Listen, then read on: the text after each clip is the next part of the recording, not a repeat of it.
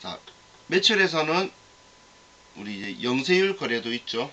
우리 과세사업자는 국내에 공급하는 건 10% 일반 과세로 하고, 그리고 0%라는 경우에는 영세율로 처리를 할 건데, 이 영세율도 우리나라에서 일어나는 거래는 전부 다 세금 계산서를 발행을 해야 되는 거예요. 우리 원칙은 다 발행을 해야 되는데, 국에서 제공하고 있거나 국외로 공급을 하게 되면 우리 세금계산서 발행에 실익이 없기 때문에 그건 면제해 주는 거예요. 그럼 우리 수출하는 재화의 내국 거래라든지 수출 재화 인가공 거래라든지 그런 게 발생하면 우린 0%의 세율이 있는 영세율 세금계산서를 발행을 할 거고, 그리고 직접 수출한다든지 국외에서 공급하는 재화라든지 그런 것들은 우리는 영세율이지만 과세 거래는 맞아요. 세기 0원인 거예요. 여기 있는 과세 표준에 세율을 곱해서 세기 0원이 나오는 거예요. 그럼 이때 증빙을 안 해주는 게 제가 기타라는 표현이다라고 했죠. 그래서 이 기타에 영세율 기타고 우리는 직수출을 주로 넣었어요. 그럼 이제 거꾸로 생각했을 때 꼭 로컬렛이나 내국 신용장에 의해서 영세율 세금계산서 발행하는 것만이 아니고, 영세율 적용을 받는 세금계산서 거래는 전부 다 여기 5번 칸에 와야 되고, 여기에 들어오도록 하는 과세 유형이 12번 매출 영세고, 영세율 거래인데 우리가 증빙이 없는 거래들, 우리 외국 항행 용역이라든지 아니면 국에서 제공하는 건설이라든지 뭐 이런 것들도 전부 다 여기에 들어와야 되는데, 그런 경우에 16이라는 과세 유형을 선택하면 여기 6번 칸에 들어오게 돼요. 자, 그리고 우리는 과세 기간별로 하는 게 원칙인데, 부가가치세를 우리가 빨리 징수하기 위해서 예정신고라는 걸 가지고 있죠. 그럼 예정신고 때 우리가 누락을 했다면 확정신고서에 매출세액을 가산해서 신고할 수 있는 거예요. 과세표준도 확정신고서에 넣고, 그래서 여기에 7번 칸이 존재를 하는 건데, 자, 지금 왼쪽은 우리 부가세신고서 앞면이라 그랬죠. 그럼 여기에는 금액을 써도 금액이 들어가지가 않아요. 여기 7번 칸은. 그럼 여기에 금액을 넣기 위해서 오른쪽 우측에 예정신고 누락분 매출인 이 부분에 입력을 해서 여기에 금액이 들어가도록 하는 거예요. 여기 금액이 들어가도록. 자, 그럼 예정신고 누락분에서는 우리가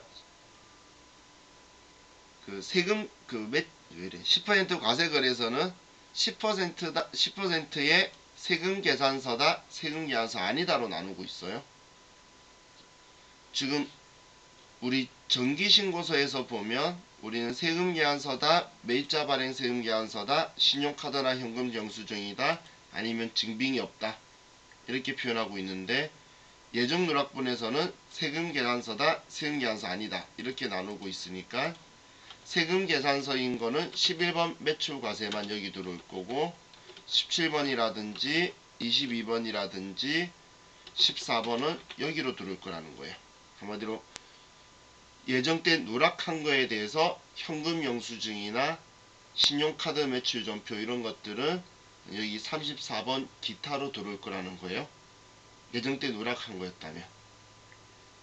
자, 그리고 예정 때 누락한 영세율의 세금 계산서 있는 거, 세금 계산서 없는 거는 우리 정기신고 때와 똑같이 12번 스타일들이 여기에 들어올 거고, 과세유형 스타일이, 그리고 16번 수출 과세유형 스타일이 여기에 들어오게 될 거예요. 그럼 이 부분에 좀 차이가 있죠. 그죠? 영세율 제외하고 과세에서는 매출이라 하더라도 세금 계산서다, 세금 계산서 아니다로 그냥 나누고 있다는 이야기예요. 예정 누락분에 대해서는. 그럼 절대 신용카드 매출전표나 현금 영수증은 서로 겸상을 할 수가 없다라고 했죠. 세금 계산서는 왕족이고 신용카드 매출전표나 현금 영수증은 귀족이라 그랬잖아요. 그럼 귀족은 왕족과 겸상을 할 수가 없다라고 했죠. 그렇기 때문에 여기에는 오로지 세금 계산서 발행한 것만 들어올 거예요. 자, 그럼 예정 때 누락한 거 포함해서 매출세액에 집어넣고, 그리고 나서 우리가 대손세액 가감이라고 해서 이제 대손세액 공제 신고한 걸 넣을 거죠. 그럼 우리가 매출한 물건에 대해서 대손을 당하면 부가가치세를 못 받은 거니까 빼야 될 거고, 그리고 이렇게 뺐던 부가가치세를 다시 회수하게 되면 받았으니까 넣어야 되겠죠.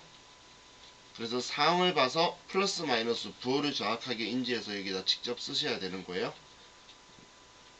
우리가 부가가치세를 이제 대손당했으면 못 받았으니까 안 내기 위해서 마이너스로 쓸 거고, 우리가 그걸 회수 받았으면 이제 다시 도로내야 되겠죠.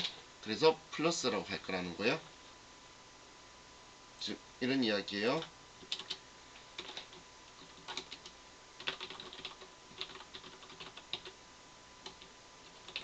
팔번 칸은 대손 당하면 부호를 마이너스로 쓰고,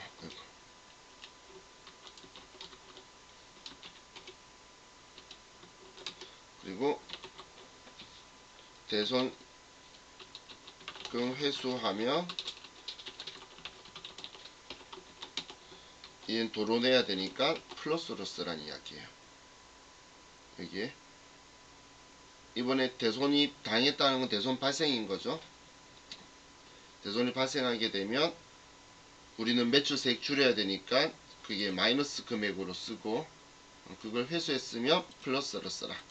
여기 8번 칸에서 그렇게 쓰란 이야기예요.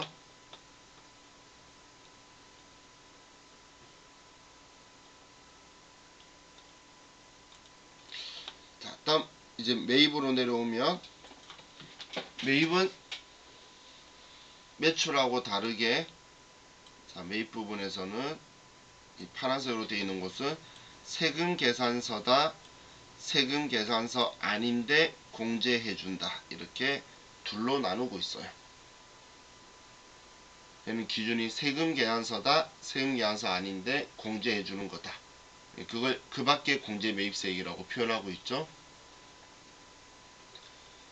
그럼 우리 세금 계산서는 고정자산이다, 고정자산 아니다로 구분을 할 거고, 그럼 세금 계산서 받은 종류는 무진장 많죠. 우리가 세금 계산서 받았을 때에 과세 유형으로 쓰는 게 51번 매입과세, 52번 매입영세, 54번 불공, 55번 수입, 얘네들 전부 다 세금 계산서 받은 거예요. 그죠? 그럼 세금 계산서 받은 거는 지금 뭐 공제 유무 0% 이런 거 다 따지지 않고 여기에 들어와서 고정자산이다, 고정자산 아니다, 이걸로 해서 전부 다 여기에 들어올 거란 이야기예요. 10번이나 11번 칸 둘 중 하나에 들어올 거고, 우리 컴퓨터가 일반 매입이다, 고정자산 매입이다는 아래 분계를 할 때에 우리 고정자산 간편등록 뜨는 거, 그걸 컴퓨터가 계정 과목으로 고정자산이라는 걸 인식했다라는 거죠. 그럼 알아서 11번 칸에 가도록 분계를 하면 들어가게 될 거예요. 자, 그럼 우리 14번을 먼저 보면, 세금 계산서가 아닌데 공제해준다라고 하는 건 여기에 14번 있는 거는 오른쪽으로 이제 들어가게 되겠죠. 여기에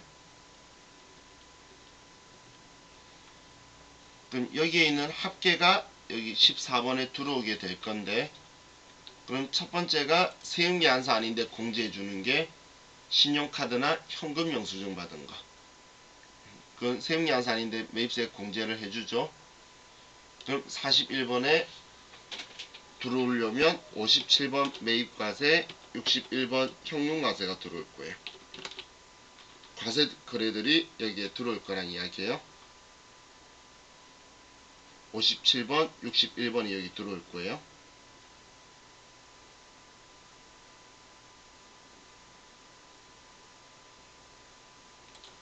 또 우리 의제매입세액 공제를 했었죠. 그럼 의제매입세액 공제 대상 되는 것도 세금 계산서 받은 건 없는 거래였잖아, 의제매입세액이. 그러니까 그 밖에 공제매입세액에 여기 들어와 있는 거예요. 세금 계산서 받은 거 아닌데 매입세액 공제해 줄게, 그런 개념이죠. 그럼 여기 43번 칸에는 들어올 수 있는 게 53번 계산서 받은 거, 그 그리고 카드 받은 거 58번 카드 면세, 62번 우리 현금 면세, 이 유형 가지고 입력한 게 여기에 들어오게 되겠죠. 그죠? 그렇게 해서 의제 매입세액 공제 받는 게 들어오는데, 자, 이것도 매입 매출 전표를 쓰는 게 아니고 시험 문제에서 예를 들어서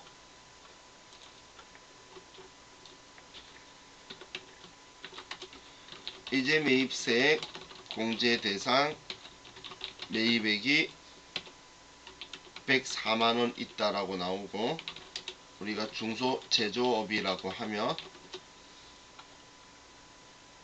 우리는 104만원에서 우리 공제율 104분의 4를 하면 4만원이 되겠죠. 그죠? 아니, 문제에서 104만원 지샀고 중소제조업이라 그러면 104분의 4로 해야 되겠죠. 그럼 문제에서 이렇게 나오는 건 어떻게 하라는 말이냐면, 이 금액을 가지고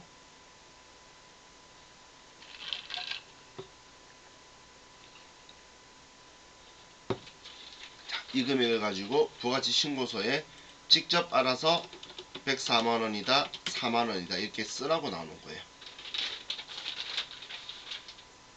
우리 여기에 104만원에 4만원이다 라고 여러분한테 쓰라고 부가치 신고서 문제로 글자가 나온다는 거예요. 그럼 이 금액을 알려주면 공제율 곱해서 세액을 옆에다 여러분 써주는 거예요.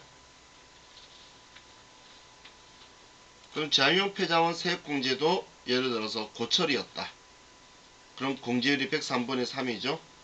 이걸 103만원치 샀다면 103만원치가 공급가액에 쓰고 여기에 3만원이다 라고 여러분이 직접 써주는 거예요.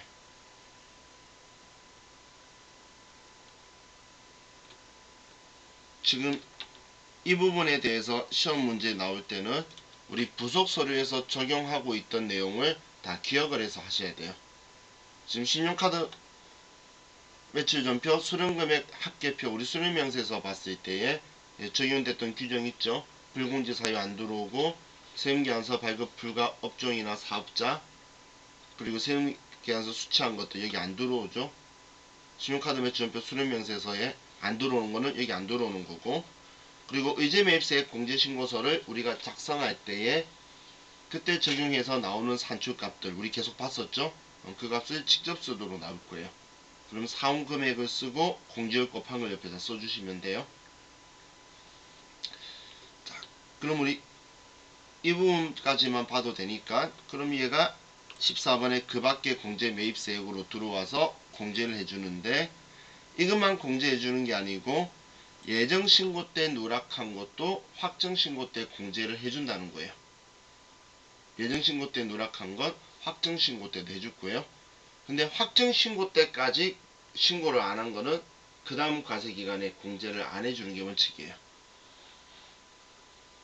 자, 그럼 자, 예정 누락분에 대해서는 공제를 해줄 거니까 여기에 들어오는데, 지금 이거에 대한 정보가 오른쪽에 또 다 들어와 있는 거예요.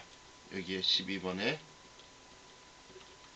그럼 이 예정 누락분은 똑같이 세금계산서다, 세금계산서 아니다로 나누고 있어요. 똑같이 누락분인데도 똑같이 나눠서 세금계산서는 여기다 쓰면 되겠죠. 그럼 얘네들하고 똑같은데 여기에서는 고정자산 일반 매입을 구분을 안 해요. 예정 누락분에서는. 그럼 그 밖에 공제 매입세 얘는 여기 아래쪽에다가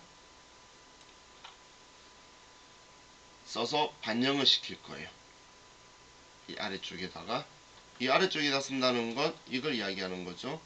얘 57번, 61번, 얘도 57번, 61번 여기 들어올 거고, 얘 의제 매입세액 이야기했던 거 53번이나 아니면 58번이나 62번이나 얘는 53번 이런 것들이 여기에 들어올 수 있는 거죠.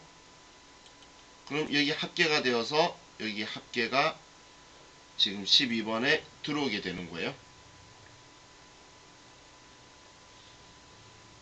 자, 그럼 반대로 13번은 물건을 산 사람이 세금계산서를 자기가 발행하는 이유가 매입세 공제 받으려고 자기가 본인이 세금계산서를 발행하는 거죠.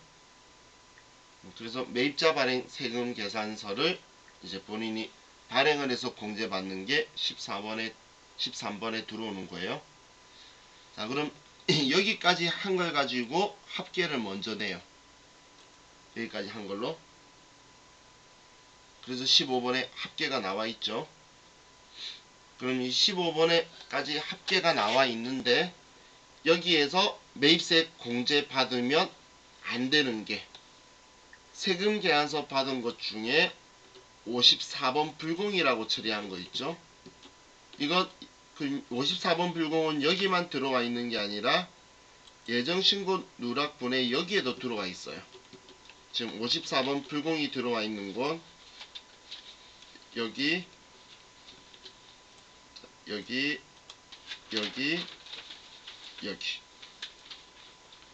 예정신고 누락한 것 중에서도 불공제는 세금계산서 받은 거는 그대로 신고를 해야 되는 거예요. 그럼 지금 얘가 결론적으로는 지금 여기에 들어와 있겠죠. 12번에 지금 얘가 결론 들어와 있겠죠. 그럼 이 내용에 대해서 공제 안 되는 게 있으면 16번을 클릭해서 여기에 써주는 거예요. 그래서 54번에 관련된 거는 정기신고 때 거든 불공제 때 거든 예정신고 누락분 거든 전부 다 불공제 쪽에다가 또 한번 써줘야 된다는 거예요. 자, 많은 분이 실수하는 것 중에 하나가 예정신고 누락분인데 불공제 사유였어요. 예정신고 누락분인데 불공제 사유였으면 여기에 쓰고, 그럼 여기에 쓴다는 건 여기가 끝이 아니고 여기에 쓴 거랑 똑같은 거예요. 그럼 여기에 썼으면 여기에서 빼버려야 되겠죠. 그래서 예정신고 누락분은 여기에 쓰고 그리고 여기에 또 쓴다. 이렇게 생각을 해야 되겠죠. 지금 여기 쓴 게 반영되는 거잖아요. 왜냐하면 공제받지 못할 매입세액은 세금계산서 수취분에 대해서만 나오는 거예요. 우리 어제 공제받지 못할 매입세액의 첫 번째 공제받지 못할 매입세인데요. 거기에 입력한 게 여기에 자동으로 들어오는 거예요. 그럼 그 아래 51번은 우리 안분 정산한 것들 있죠. 안분하고 정산한 것들, 그게 우리 51번 여기에 들어오는 거예요. 안분이나 정산이나 재계산한 것들 있죠. 왜냐면 안분이나 정산이나 재계산한 거는 세금계산서만 들어오는 게 아니고 신용카드도 다 섞여서 들어오는 거기 때문에 따로 여기에서 칸을 만들고 있는 거예요. 지금 50번 칸은 세금계산서 받았는데 불공제 사용 것만 들어오는 거예요. 왜냐면 신용카드나 현금 영수증은 불공제 사유만 아예 안 들어왔거든. 그죠? 자, 그렇게 하고 나면 이제 공제되는 매입세액이 나오게 되죠. 자, 그럼 우리 부가가치세 신고서에서 여기까지만 가지고 보면,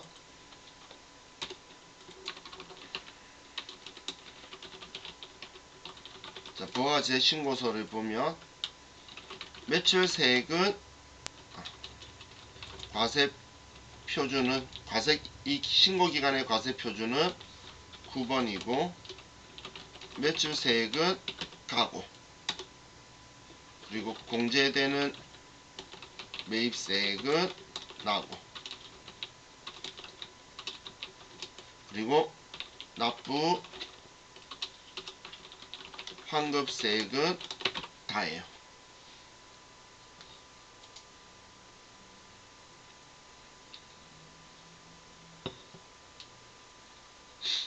지금 제가 가나다 적은 거 뭔지 아시겠죠? 부가세 신고서에 동그라미 적혀 있는 것들 있잖아요. 가나다.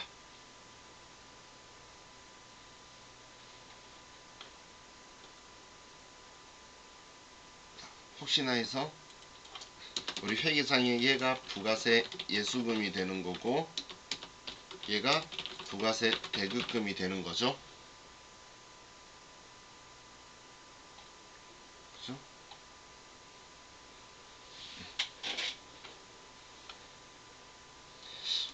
자, 그럼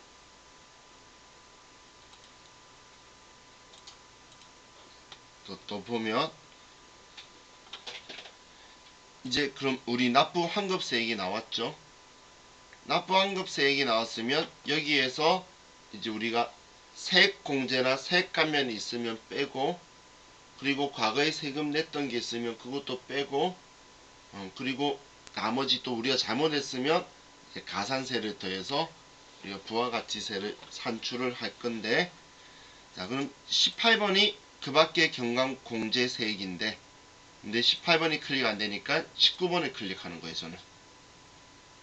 그럼 19번 클릭해서 지금 여기 18번에 그 밖의 경감공제세액을 볼 건데, 여기에서 우리한테 필요한 거는 전자신고세액공제 이 54번만 필요하죠. 우리는 홈택스에 직접 전자신고하였다라고 하면 우리 부가가치세법은 만원의 전자신고세액공제가 있으니까 만원을 여기다 써주는 거예요. 여기에 만원, 우리가 직접 여기에 만원을 써줄 거란 이야기예요. 직접 홈택스에 직접 전자신고하였다, 혹은 전자신고세액공제를 적용받는다, 이런 말이 있으면 쓸 거예요. 자, 이 아래에 있는 55번부터 59번까지는 우리 시험 보는 회사가 적용받는 대상은 없어요. 지금 55번은 3억 미만인, 매출액 3억 미만인 개인사업자예요. 매출액 3억 미만 개인사업자 뭐 할 때 들어봤죠? 세금계산서, 전자세금계산서 발급 의무자가 3억, 개인사업자 3억 이상이죠. 전자세금계산서, 한마디로 3억 미만인 개인사업자라는 건 전자세금계산서 발급 의무자가 아닌데 전자세금계산서를 발행하면 건당 200원씩 연 100만원 한도로 세액 공제해 주는 거예요. 이거 다르게 말할게요. 우린 대상 아니란 이야기 하는 거예요. 우린 법인사업자잖아. 우린 법인사업자이기 때문에 아무런 대상이 들어갈 수가 없어요. 우리 택시나 뭐 대리납부 세액 공제는 우리 시험에 안 나올 거니까, 그럼 이것만 기억하면 되겠죠. 다음 19번은 신용카드 매출전표 발행세액 공제인데, 이건 또 연매출액 10억 이하인 개인사업자 이야기죠. 신용카드 매출전표 발행세액 공제는 우리 신용카드 매출전표 그 발행금액 직계표 공부했었잖아. 어제 이야기할 때 시작했던 표현이죠. 그건 얘는 지금 우리 법인은 대상이 아니니까 해당 사항이 아닌데, 그래도 쓰고 싶다면 여기 3번 칸에 있는 걸 합쳐서 여기 써라 그랬어요. 그럼 이거에 대해서 우리 1.3%의 신용카드 매출전표 발행세액 공제를 연 1000만원 한도로 해준다 라고 했던 거, 그게 이거예요. 자, 다음 얘는 우리 필요 없고 뭐 소규모 개인사업자 아니니까. 자, 예정신고 미환급세, 이건 우리 시험 문제 나오면 제가 이것저것 생각하지 말고 그냥 21번에다 쓰세요 라고 했죠. 왜냐면 예정신고 때는 환급 안 해주고 납부만 하는 거고, 확정신고 때 공제해주기 때문에 확정신고 때에 우리가 이 칸이 있다라고 보시면 돼요. 다음 우리 예정고지세, 이건 고지받는 사람이죠. 예정 고지받는 사람이 개인사업자나, 그럼 직경연도 매출액 1억 5천 이하인 법인사업자는 예정 고지 납부할 수가 있죠. 그럼 이 사람들은 고지만 했으니까 신고할 때 과세기간 거 다 넣어야 돼요. 예정 신고 한 적이 없잖아. 그럼 여기에 전부 다 집어넣을 건데, 집어넣고 나서 예정 고지 납부한 거를 빼고 납부를 해야 되겠죠. 그럼 내가 냈으니까 그걸 여기다 써주는 거예요. 여기 개인사업자용이니까 신경 쓰지 말고. 자, 사업 양수자 대리납부나 뭐 얘네들 다 필요 없어요. 자, 이제 가산세에 가면 오른쪽에 가산세 명세가 있죠. 자, 이 가산세 명세는 우리 그냥 쉬었다가 이제 가산세만 가지고 따로 별도로 하도록 할게요. 자, 쉬었다 합시다.